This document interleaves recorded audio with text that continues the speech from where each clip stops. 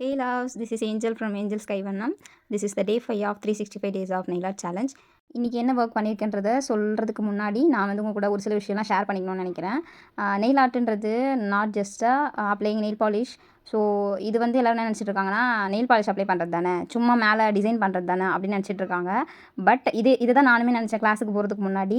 But கிளாஸுக்கு போனதுக்கு அப்புறமா தான் தெரியுது அதில் எவ்வளோ ரூல்ஸ் அண்ட் ரெகுலேஷன்ஸ் இருக்குது, ப்ராடக்ட்ஸ் ரேட்ஸு, எந்த ஸ்டெப்புக்கு அப்புறமா எதை நம்ம வந்து அப்ளை பண்ணுன்றது ரொம்ப நம்ம கான்ஷியஸாக இருக்கணும். பிகாஸ் ஒன்ஸ் நம்ம ஏதாச்சும் ஒரு ஸ்டெப்பை நம்ம வந்து சொதப்பிட்டோம்னா அந்த ஹோல் ஒர்க்குமே வந்து நமக்கு சொதப்பிடும். நெயில் ஆர்ட் பண்ணுறவங்களுக்கு இது தெரியும்.